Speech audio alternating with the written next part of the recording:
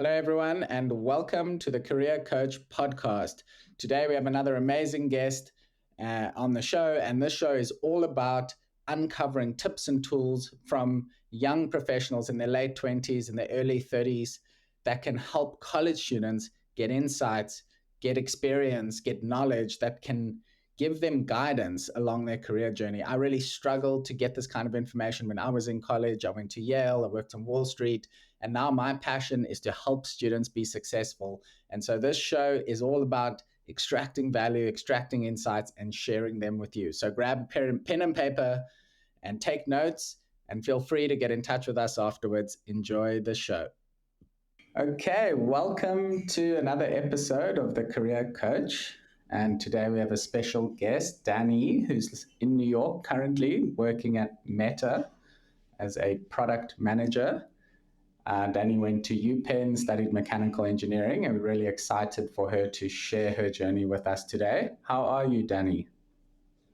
I'm doing great. Thanks for having me here. How are you?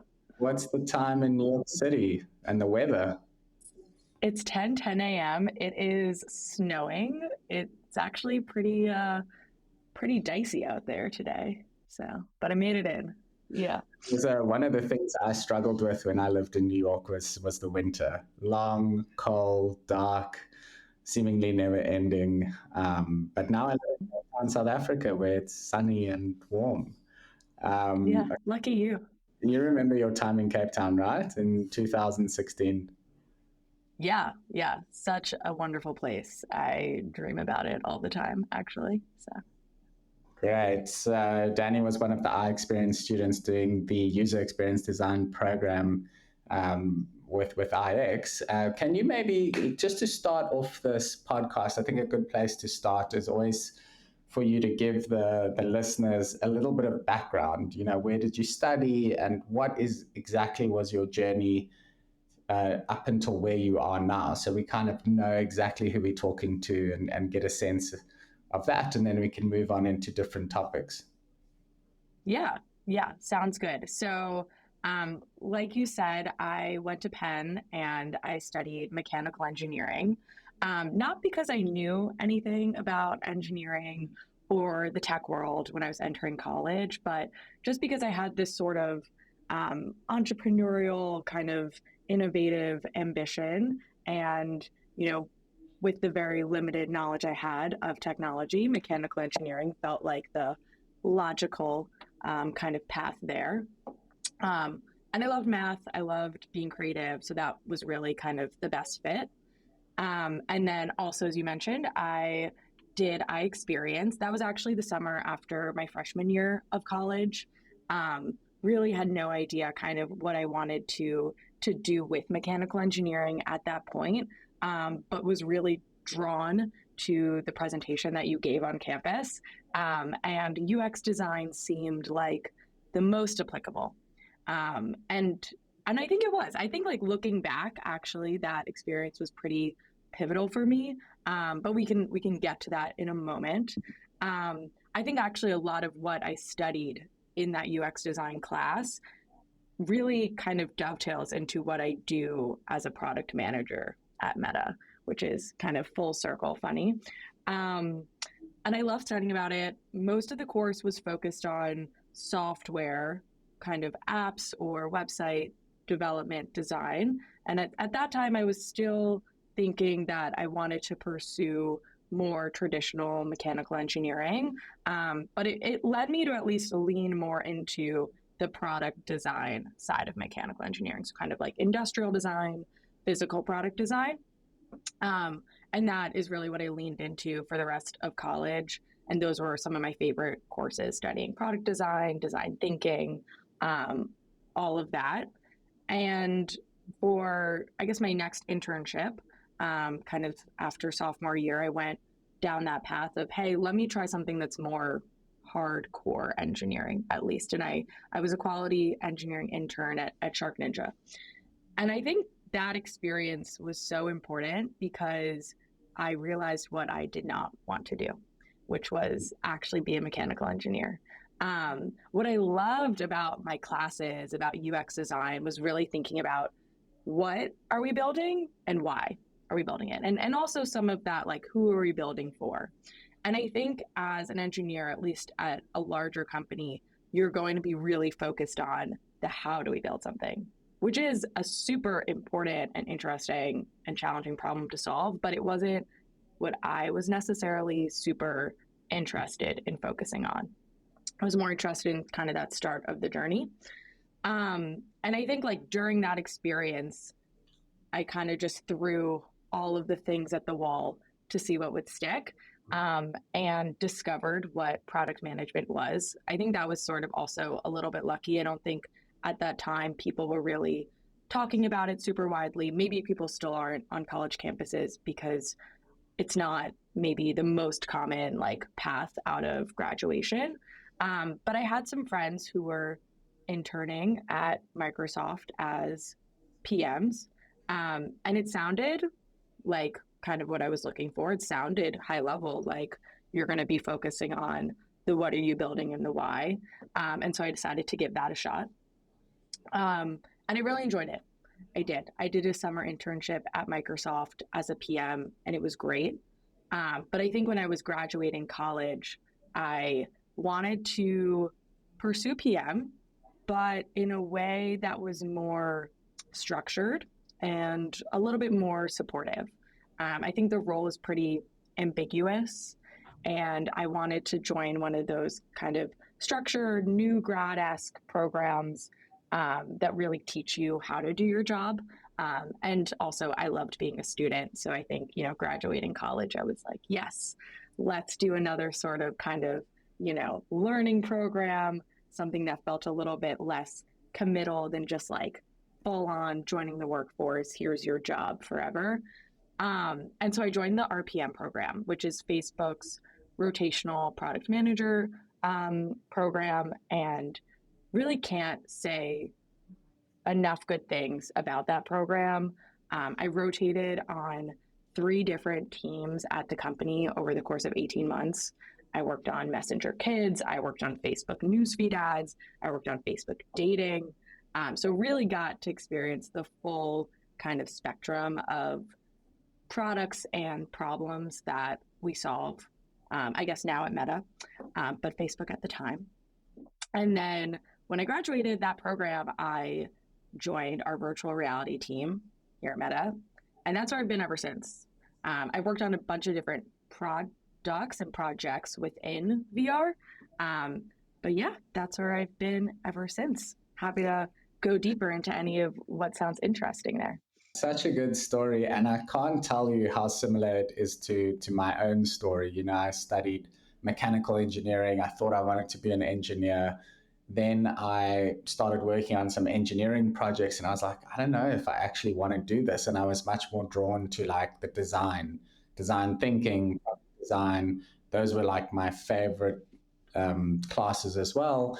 And what I really struggled with in college is like trying to figure out my career path from an engineer into more software and technical fields, because it just didn't have that link. So when I graduated and I went to work on Wall Street as a quantitative trader, after about 3 years, I actually left that job and joined a company as a product manager. But I didn't have any product management training. So I was working at this company. I was hired as a product manager. And so I had to teach myself UX design. That was actually the first thing I learned, because I think as a product manager, your primary objective is to figure out how to solve a problem through design.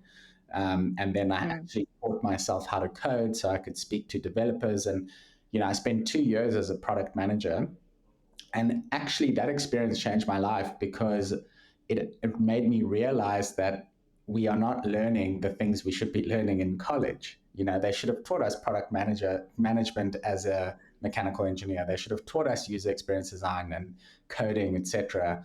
That was actually the reason I started iExperience in the first place, was to help college students develop these skills that I believe all engineers or any students should be able to learn, so that they can be equipped to go to companies like Facebook and Meta and Microsoft. So they have that platform. So I'm really blown away by like how similar our stories actually are, except that you're in New York working at Meta and virtual reality, and I'm running a company that helps students to develop skills. So really cool to hear that. I think, just off the bat, I personally am really interested in your current position at Meta in the virtual reality team.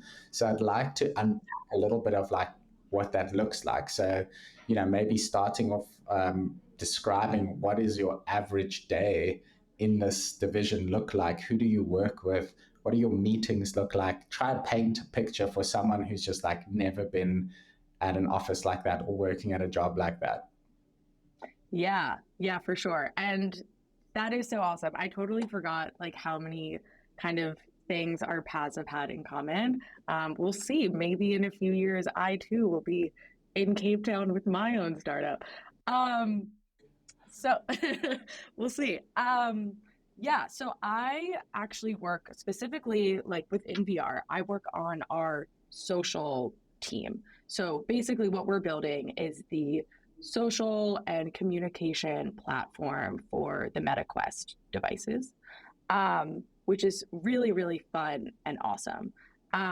Basically, if you're a gamer, you'll probably be more familiar with this, but if you're not, when I am not a gamer, it's basically, building the tools to message people when you're playing together in VR, being able to call people, being able to hop into games or destinations together, building towards kind of this meta vision towards the metaverse, which is really fun.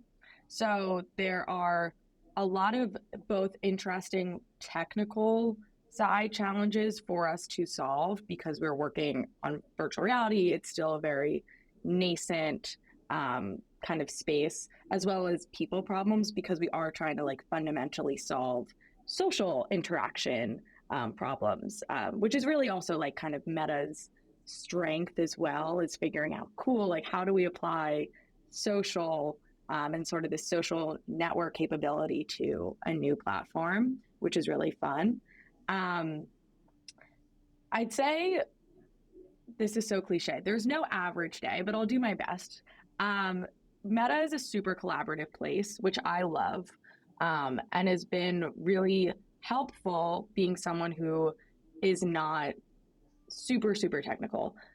I know I studied mechanical engineering, but most of the time I'm working with software engineers. So I don't know a ton about software engineering. I know enough, to ask the right questions, but I'm not a software engineer. So what I love about, how collaborative this place is that I'm working super closely with engineers, with product designers, with content designers, with data scientists, with user researchers, with marketing. And also all of these functions get to come together and work with each other as well. So I'm not the middleman, which I do think the PM role can be in certain places, is like kind of being that like link between engineering and design. What I love is like engineering and design are in the room together. They can connect to themselves. And then I can really focus on the product perspective. So both the higher level, what is our vision? What is our strategy? Like, what are we high level building? Who are we building for? Kind of what are their needs? What is the most important thing, for us to focus on, as well as the execution. So how do we go and do it? What are the hard trade-offs that we need to make today? What are like the hard decisions that we're going to need to make in the near term so that we can, work towards a strategy and eventually land on our vision? So I think it kind of depends a little bit on like the product life cycle of a project in terms of what the specific day will be. But I might be writing up like a strategy document or a product requirements document of like, hey, we want to go build this new feature, or we have this new idea for a program. And it's about kind of, taking that first pass in terms of leading and guiding the team, and then bringing in everyone else along the way. Bringing in engineers, bringing in designers, bringing in data science and research to kind of help form the plan, and then going out, making sure everyone around us, maybe our leadership, is bought in on this plan, and advocating then for the team across the company for like, hey, this is what we're going to go build. This is why it's important. And then just unblocking, kind of like blocking and tackling on an everyday basis, solving whatever problems are coming up that day. Maybe it's like, hey, we wanted to build this design, but it actually is going to cost us, way more engineering time than we thought. Like, which path do we go down? That would be maybe the kind of decision that I'm making on like a daily basis. It'd be, you know what, let's go with plan A, because this is the trade-off that we think is important. But maybe for another scenario, it's plan B because there's some legal or privacy constraint that we have. And so we need to get something out the door, even if, maybe it's not what we initially had hoped. So it's those sorts of like trade-offs on a daily basis. Yeah. No, I can resonate a lot with what you're saying. I remember when I got this job as a product manager, it was like, what do I do? And so I like read a few books about it because I didn't have the luxury of going through like a program, and that program really sounds awesome. I'm definitely going to look into it and share it with the listeners so they can get a sense of what it's about, because I think that's super helpful. But I had to learn about product management by myself. So I went onto YouTube and I was like, well, what does a product manager do? And what skills do you need to have? And I sort of realized that like you need quite a wide variety of skills to be a good product manager. And like one of the key skills is like you have to be an excellent communicator. Like you have to be able to articulate yourself very well. And you have to do it with very different types of people. So if you're talking to someone on the business side of things, you speak a language that's related more to like numbers and revenue and time. And when you're speaking to engineers, it's like a whole different type of language that you have to unpack, because they think very differently, and you're kind of in the middle trying to, build some kind of vision that generates value for the business and for the user. And so I found that process extremely rewarding. And if you had asked me when I was in college, hey, do you want to be a product manager? I would have been like, I have no idea what that is or what you do. And I think what's interesting is a lot of people land up in product management and they never thought they would do that when they were in college. It would be quite nice to get a sense from you what a product manager actually is, like what is it defined as, and also, what makes a good product manager? Like what type of things do you have to like if you want to go into a field like this? Because I'm imagining someone listening now going, oh, I might want to be a product manager, but it would be good to hear from your side, like what are the skills you kind of need that can be useful in this field? There's a metaphor, one of the like most senior and tenured product managers at our company, Naomi Gleit, uses, which is PM as a conductor. And so if you think about like your team as an orchestra, so you have your engineers, maybe they're, on the wind instruments, or then you have your designers, you have your data, you have your research, they're all playing different instruments. The PM is that conductor. So I'm not like actually coding anything. I'm not like designing the pixels of what we're building. It's the people who are playing the instruments who are doing that. But it's the PM who's kind of leading and guiding the team and making sure that everyone is playing in harmony together. So I think 100% communication is, one of those most important skills, especially at a place like Meta, where actually our internal system is a lot like the external Facebook. So it's communication is expected, it's important, it's being able to like advocate for your team, both like upwards to your leadership and outwards, all around you to all the different partner teams that you might need to collaborate with. I'd say so, wanting to work with a lot of different types of people, right? Different types of functions, and know what's important to these people, to your point, like how do they think? And also like, what are their incentives or motivations? Because it might be different than yours. And so like understanding those and being able to then communicate and influence people with that information. One of the phrases that's thrown around a lot is influence without authority. So as a PM, even though the word manager is in my title, I don't manage any person, I manage the product. So you have to lead your team of all these different functions without actually having any authority over them. You're not their manager, but you have to be inspiring, you have to be convincing, you have to be a good leader such that the whole team can be successful. So it's that influencing and that leadership. And I think it's also just wanting to be in ambiguous kind of situations, like learning how to thrive in ambiguous situations. I think that's the whole, thing that keeps PMs having a job. Something one of my former managers used to say was, if it was straightforward, we wouldn't have a job. Everyone would be able to figure it out. They wouldn't need a PM to help set that strategy and that vision and guide the team on like a daily or weekly basis. They'd be able to do it just by themselves. So like I think like the fact that there's ambiguity, the fact that your job will be uncomfortable and hard is part of the job security in the first place. And so wanting to work in that sort of environment, I'd say, is required. Okay, so I think it would be quite cool to shift gears to college because we're talking to students who are thinking about their careers. And one of my favorite questions to ask, I can't wait to hear your response, is if you could, knowing what you know now, go back to your 18 and 19-year-old self and give yourself advice, what would you say, given, all the things that you've experienced now in the real world? Yeah, wow, that is a great question. I think, and for what it's worth, like I think looking back, I am content or like happy with a lot of the decisions and experiences that I had in college. But I think I would tell myself to just try even more.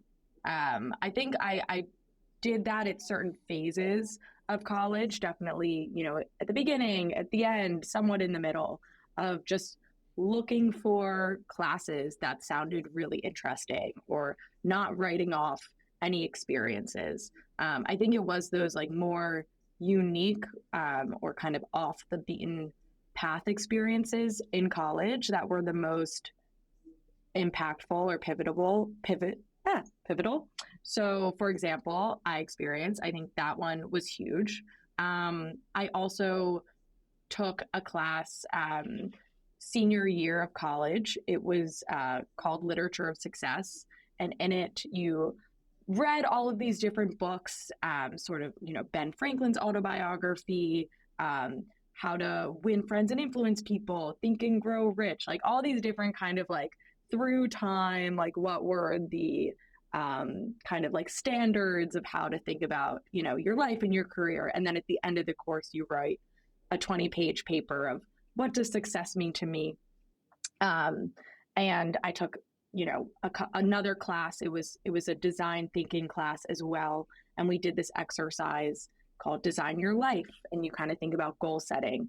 And I think even doing more of those, like extracurriculars, putting yourself in situations where you're going to try something different, you're going to learn something different, meet new people, just because you never know what you're going to learn from those experiences or from those people, even if it's like not in that moment, if it's later, because it's so easy, especially when you graduate college, I'd say, just to like be on a path. But it's when you actually like try something different and experiment that you're going to learn the most about yourself, and that it's really going to like speed up your both personal and career development, whether in that moment or later down the line. I can't tell you how similar we think. So I often tell people like, your life is a series of experiments till you figure out what it is you love and what you want to do. And the more experiments you can have, the more experiences you can have, the more things you'll see, the wider your lens will become, the more perspectives you'll have, even the more people you'll meet. And this what I call it increases your luck surface area. So if you think, oh, that person was lucky because they got that job, usually it's because they tried a whole bunch of things that didn't work. And then, something else for them that was just perfect for them. So I think that's really great advice. It's something that when I was younger, I always used to put myself in new situations, uncomfortable, travel a lot, so that I could just see and understand more. Even when I went to the US, it was for college. It was my first time ever being in the US. And I was like, what is going on here? I arrived without my family, by myself. I didn't even know what a GPA was. I was like, is everyone talking about this GPA? To figure out, that's how they grade you. So I was super lucky to push myself out of my comfort zone, land in a new place with different cultures, different people. And through that, just expand my understanding of the world and continue to be curious. So yeah, I'm quite interested about your experience with IX. I mean, going to Cape Town, doing its program. How was that experience for you? Yeah, it was a huge learning experience because I went alone. There were a couple other students from Penn, but for the most part, it was me going alone, to this new place, never having lived abroad before, learning obviously a new concept, and I think just like a huge growth experience. I think just putting yourself in an uncomfortable situation like that in a new environment with totally new people is the most kind of powerful or thing you can do for your own personal growth, or at least for me, it has been, is putting myself in those uncomfortable situations. And I think that just like helped me down the line as well, moving to different cities alone again, whether it was Boston or Seattle or San Francisco for different internships or jobs, and just being able to kind of plant my flag somewhere new and learn how to build a life around me. So I think that was huge. It also sparked in me a love of new cultures, new places, travel. Ended up traveling a bunch more from then on out, like throughout college and after college. So that was awesome, super eye-opening. And then the course itself too, I think, kind of as I'd mentioned before, ended up being super relevant for both, what I decided to kind of focus on studying, and then helping me down the line when I realized what I didn't want to do. I was able to kind of look back at that experience and think about, cool, what did I like? And how could I maybe apply that to, what I do like about my major, and kind of like what I know about job opportunities that exist in the world, and then kind of find product management through that. Are you involved at all at Meta in the recruiting of students for internship programs or any kind of recruiting at all? I am not. When I was a part of our RPM program, I did used to work more closely with our recruiters, and we actually had like a few internal task forces that we called them for the program. So I led our brand task force, which focused on like how do we externally communicate what the program is to people, through our website, and then like working with recruiters, kind of like putting out materials online to help people prepare for interviews, etc. But now that I've been out of the program for a few years, that baton has been passed. And we don't actually do PM internships. I think it makes sense in the sense that like it takes a while to ramp up into this sort of a role. Even though it'd be awesome to welcome, PM interns for the summer as well. So unfortunately, no. So you offer the rotational program and you basically try different types of roles and then move into a role that suits you. So is it more of a generalist type of position or internship? So you are a product manager, you are a PM. You're hired as, or I was hired as a full-time PM. I think they've made some changes to the program this past year, but at the time hired as a full-time PM. And it's really just about switching teams. So the role is the same. But of course, Meta is basically 10 companies within one company. So you get to try out what is the culture within many different spaces.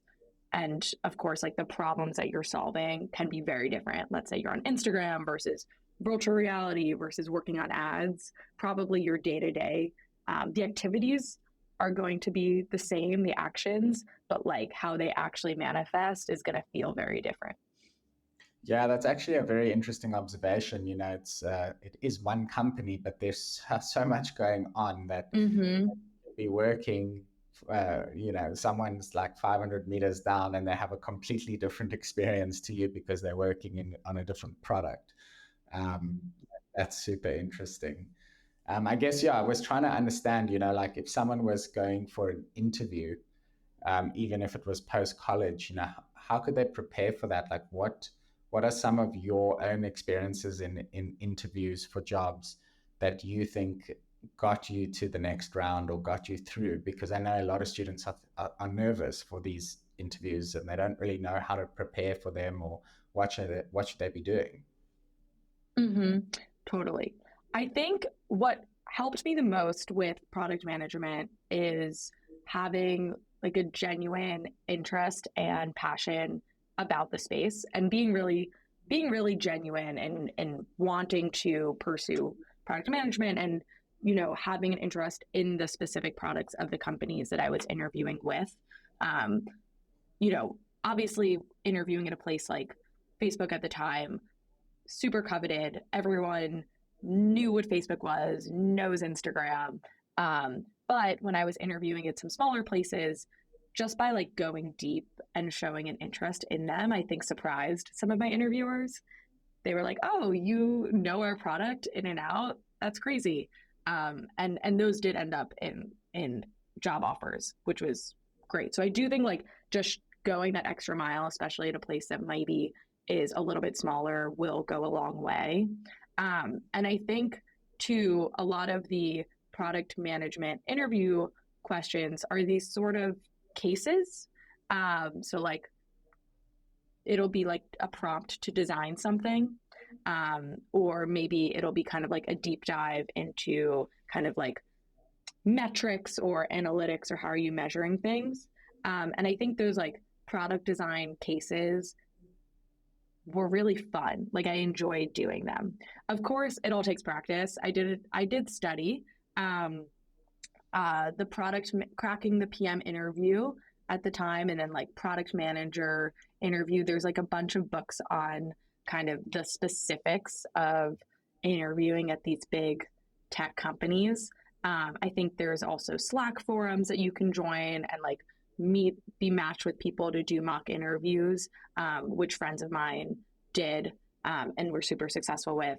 For me, I was more of I'm just gonna like practice out loud by myself with the whiteboard. But I do think like just getting comfortable answering those sorts of questions is important. But coming back to even just what I had said previously of having genuine interest, I did, throw a bunch of stuff at the wall when I was like going into my junior recruiting season. I tried interviewing for consulting because everyone was interviewing for consulting. I applied to, I think, some roles in finance.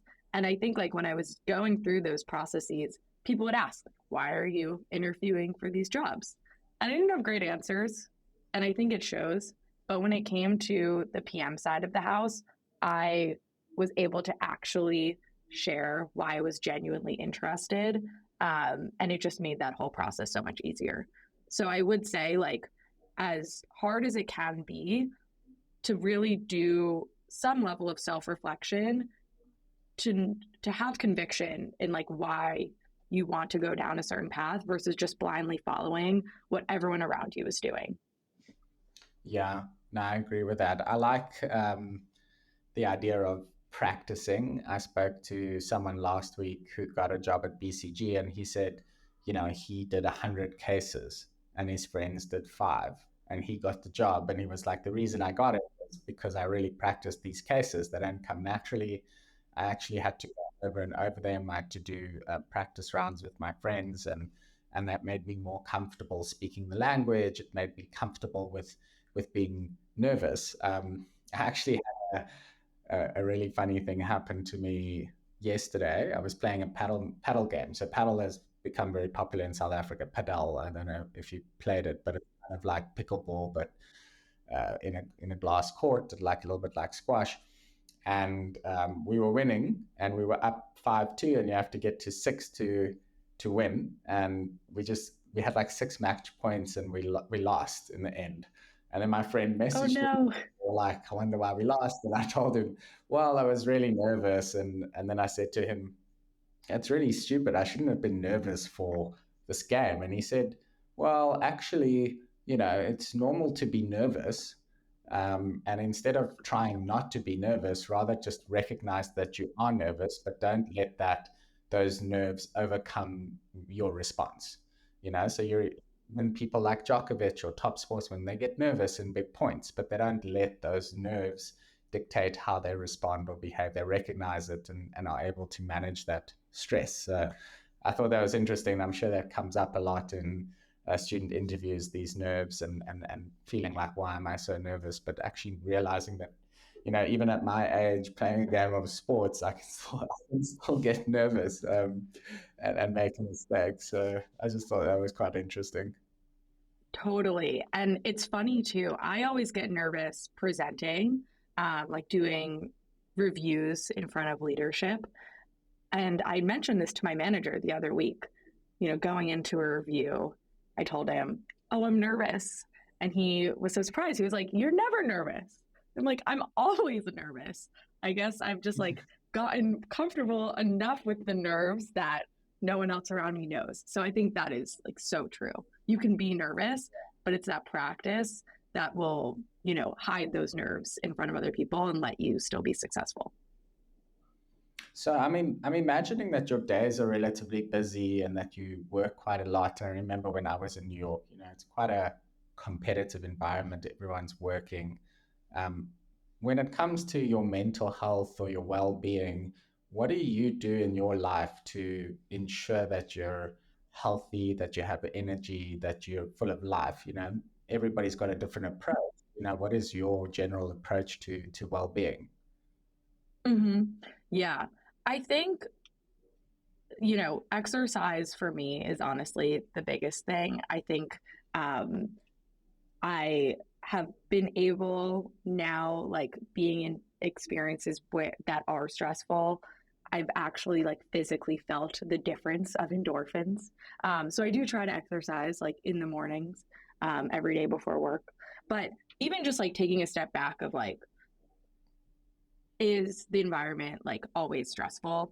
And I think yes, like the environment is stressful. It can be stressful and overwhelming. I think what was hard for me leaving college and entering the workforce was that in college I'd gotten really good at being a student. Being a student for what, like 12 years, you get really good at it. You know how to be a student, you know how to take tests, you know how to write papers, work on group projects, give presentations maybe.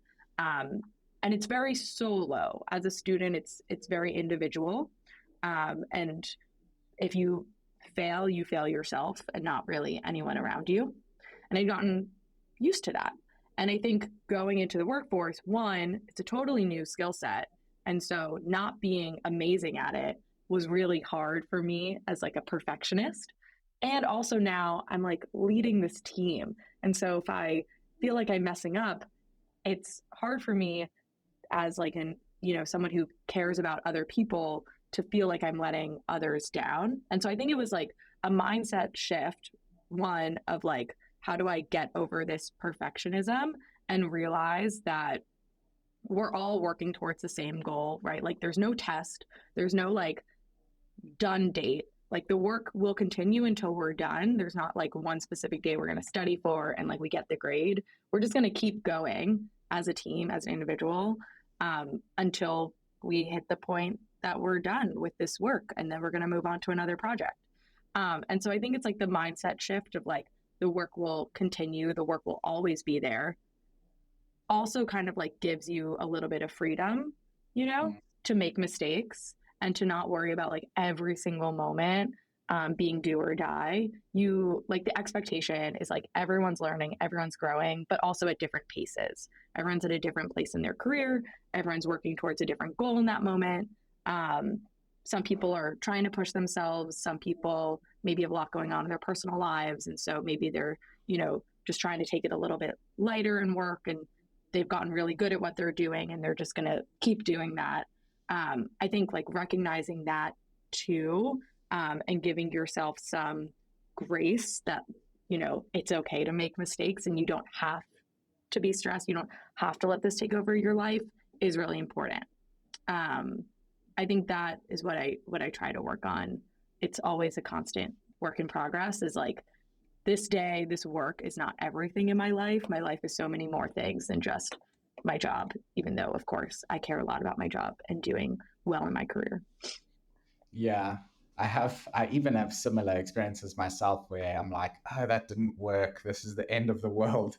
And I'm like, how many times have you said this in the last 10 years where something didn't work and it was the end of the world, but it actually wasn't the end of the world? We just went back to the drawing board, came up with a new solution, and kind of figured out how to learn from those experiences. I mean, every mistake or everything that doesn't work out is really just another way to learn something new. So let's say you're applying for a job and you don't get the job, you can ask yourself, why didn't I get that job? What do I need to do in order to be better positioned for the next interview or the next job application? Maybe I need more experience on my resume. Maybe I need to go read 5 more books, and maybe I need to listen to podcasts. I think having that mindset of always learning, always growing. I mean, you're right, it never really stops because your responsibilities just become more, and so your Mm-hmm. decisions become more important, and so you actually have to keep on learning as you grow. I mean, I'm I was running a company, building a company, and I feel like I always need to learn more to know how to do it better. Um, so I really do love learning. It's one of my biggest values in my life. Is every night before I go to bed, I read. It's actually the best way to fall asleep is read something important. Read something that you're trying to learn, and you'll just fall asleep instantly. But every night I read like 10 or 15 pages of some book, and that just continuously helps me to grow. And when I go to the gym, I always listen to a podcast so that I'm working out, but I'm also gathering some knowledge on the side as well. So that's quite a nice system. But what I've also noticed is that college students are stressful, or are stressed. They're very competitive. Everyone's kind of applying for the same jobs. If you don't get something, you're filled with anxiety. And I see a lot of students are anxious, feel like unsupported. And so, yeah, I think what you've said around like make sure you have a good exercise routine, make sure that you don't take things too personally and you're able to work through when something doesn't work out exactly the way you want, learn from your experiences is really good advice. And I think in my life, I've said this in a few other episodes, is like sleep is important, rest. Just make sure you can get a good sleep, because then you can feel full of energy and you can tackle problems with a bit of a clear mind. Totally. And I think it's like having a well-rounded life too, which one then, as one thing, if you fail in any one thing, like you have so many other things that you are going great at that time, and also that just make you a more interesting person um, in these situations in which you're like in the workforce as well. But yeah, I think it totally can be super stressful. Like when you're in college, it feels like every one of these career decisions is kind of make or break, which, is not true. There's always something, there's always another opportunity. But I will say, like, I think for me as well, when I am really, want something and I'm going to work hard towards it. And I think just like doing the work, is usually the way for me to like feel less anxiety about it. Thinking about it, being paralyzed in that situation is like the worst case scenario for me. It's just like getting out there, practicing, studying, working on myself, on learning. I think that will get me to that end point and also just like make the stress go down Mm. as well. But yeah, I think one mindset shift on that learning piece was advice from one of my previous managers, which was, you know, growth necessitates discomfort.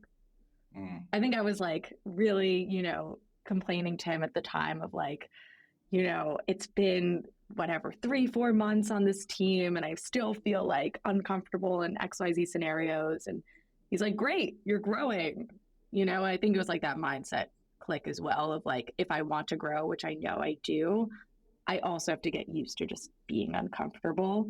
Um, but I at least have been able to detangle a bit that discomfort from just like anxiety and stress all the time. I think that was important. Yeah, for sure. Is there any book that you've read recently that has had a big impact on you that you can recommend? Um, I'll give you a book. I wouldn't say it was recently. Um, so I think actually the Design of Everyday Things I read like 8 years ago. And that book really opened my eyes to design thinking. And I think so, like career wise, was probably the most impactful in terms of just like opening my eyes to this concept of, design thinking and what I ended up, being really interested in. Um, on a recent basis, I love reading just historical fiction. I feel like it just helps to hear stories, learn about history, about people and time.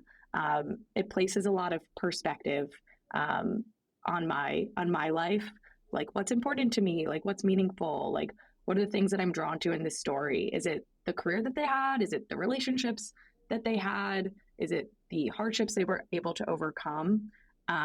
So I think those types of stories really move me the most.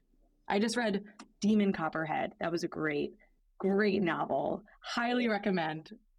I mean, I've never read historical fiction, and based on what you're telling me, I'm definitely going to go read one. So, would that be your recommendation? Yeah, that's a great book. I just finished it a few days ago. What was it called? Demon Copperhead. Demon Copperhead. Okay. It's like a modern day take on David Copperfield. Um, so it can be heavy at times, but I think also like super inspiring. And maybe will help also, put some of our everyday problems into perspective. Brilliant. I've actually looked it up on Amazon and it's got 91,000 ratings. I've literally never seen a book with that many ratings in my life. So I'm definitely going to pop into the bookstore and get that one. I'll let you know how it goes. Okay, so you've shared a lot about, your current role and some tips in college and dealing with stress and how you do that, and it's all been super insightful. I kind of want to, we're getting to the end of the episode, and I want to understand, like, your future and what are your dreams and what's on your bucket list. It would be really cool to get an insight into, 10 years from now, 20 years from now, where do you see yourself, and how are you working towards those dreams? Yeah, such a great question. So hard to tell you what 10 years or 20 years will look like from now. I think recently I've been doing kind of some soul searching, at least to decide like what comes next. Because I don't think this specific role is forever for me. I wanted to stay at Meta certainly as long as I needed to feel really great in my abilities as a product manager. I think it's an amazing place to grow and learn from the best. Um, but I do think like in my next role, whenever that is, it'll be working somewhere completely different, just kind of in that spirit, right? Of like trying different things. So I want to work at a startup. I want to work somewhere really small after working at one of the largest companies in the world, and try my hand at it. Something I've been like researching lately is climate change and climate technology. I think that's a really interesting field with a lot of opportunity.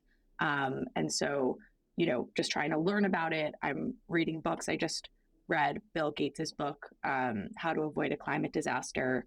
And I've also been, listening to podcasts in that realm as well.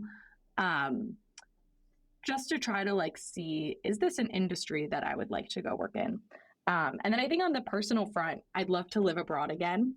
I'd love to like move to London for a few years, try living in another new environment.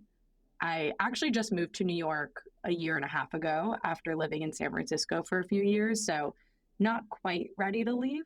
Um, but I think, after another few years, it might be time to try out another experience. I think it's really kind of, leaning into that theme that we talked about before, which is that it's so important just to have different experiences. I think, getting too comfortable in any one space can feel really nice for a period of time, but I think that's when maybe your learning is starting to slow down. And so I think whenever I hit that, whether it's where I'm living or what I'm working on, then it'll be time to try something new. And I can always, come back to what I'm doing now if I so decide. Yeah, it's our brand theme line at iExperience called Experience is Everything, and I truly do believe. And yeah, I'm also getting to the stage where I'm like, I wish I was just could go live in another place for like a year. I'm really curious about Asia actually. Like, what would it be like Mm-hmm. to Bali or Malaysia or Thailand? Because it's just such a completely different world out there. So I'm kind of putting that into my plan as well. But yeah, I think it's really interesting because when I was your age, you're totally right. Like you can try and think what 10 years ahead is going to Yeah. be, but in reality, it kind of like life just goes in so many different paths. You just got to enjoy the moment. And I like to say dream big, because I almost think that the bigger your dreams are and the bolder you are, the more chance you have of, if that doesn't work out, it's still a good result, which is a kind of an interesting way to approach life, I guess. But yeah, that kind of brings us to the end of this episode. I was wondering if you had sort of like any key takeaways for college students that you might want to share with this audience, just based on what you understand about what they might be going through in terms of their career ambitions or the job searches or just life in general. Like, what are some sort of like key takeaways you think they can learn from your experience before we kind of conclude? Yeah.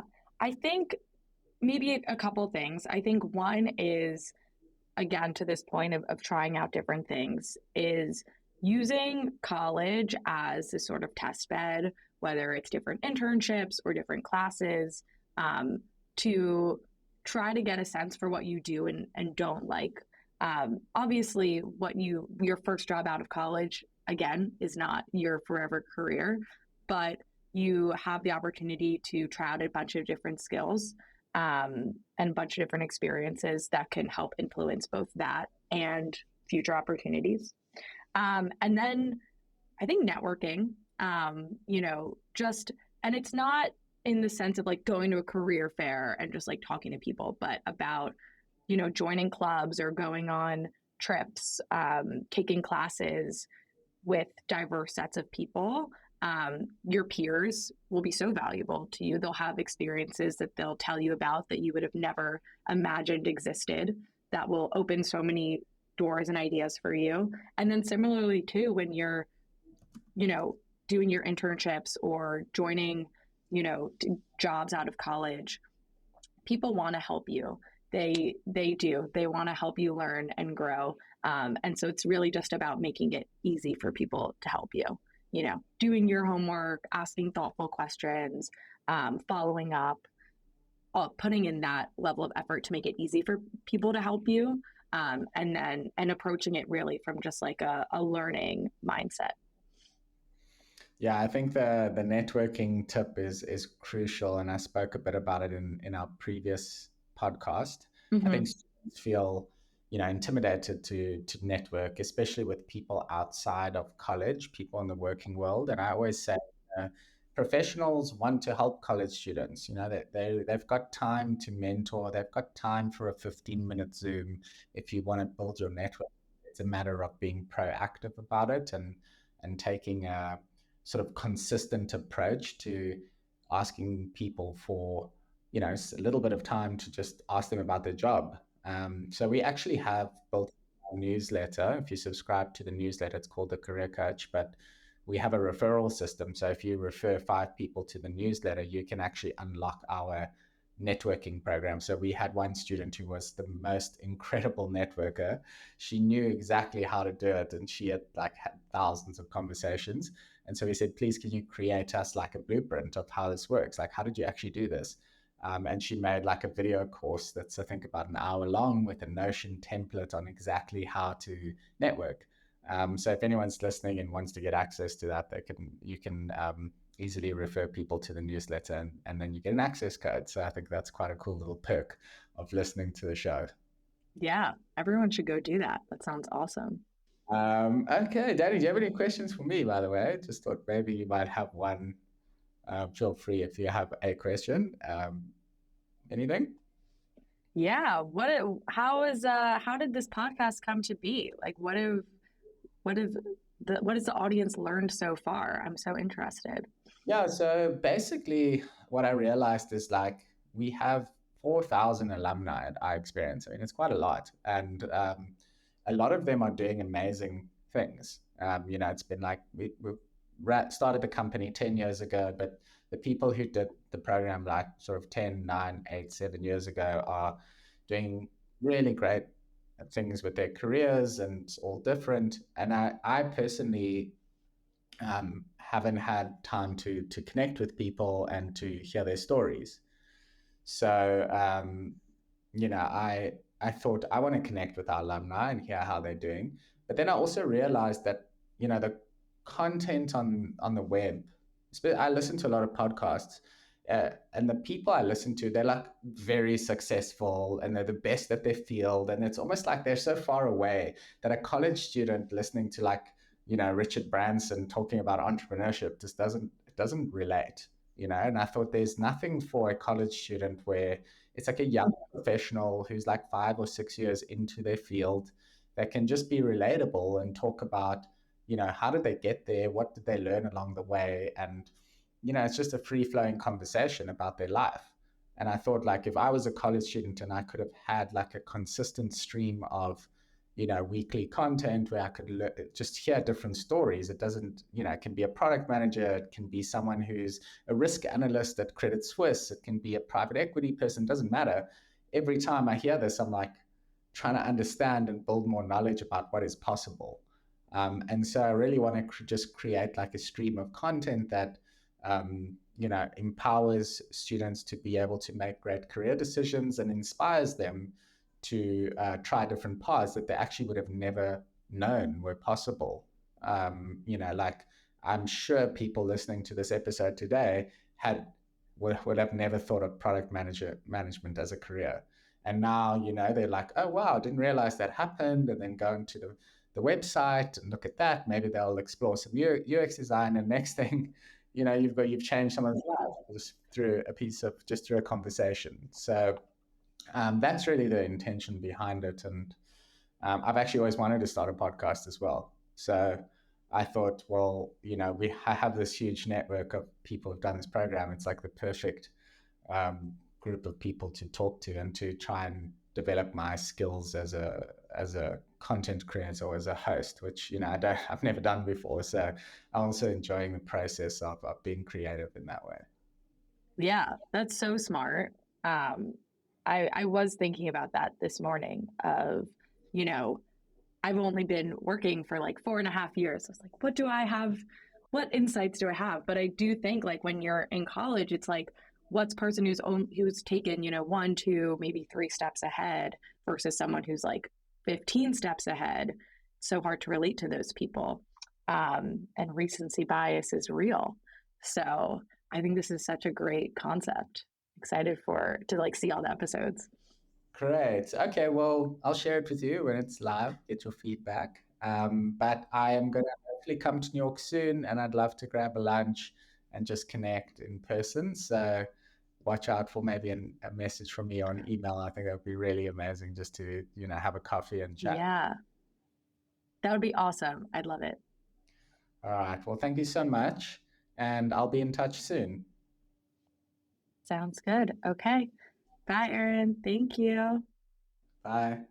And that's a wrap. What an amazing episode. I hope you all enjoyed it. Please don't forget to go onto the Spotify link, like and subscribe to the podcast, maybe leave a review. And if you want to see the video, you can go to the YouTube channel and watch it over there. But the best part of all is the newsletter. So every week we send out a newsletter, the Career Coach newsletter.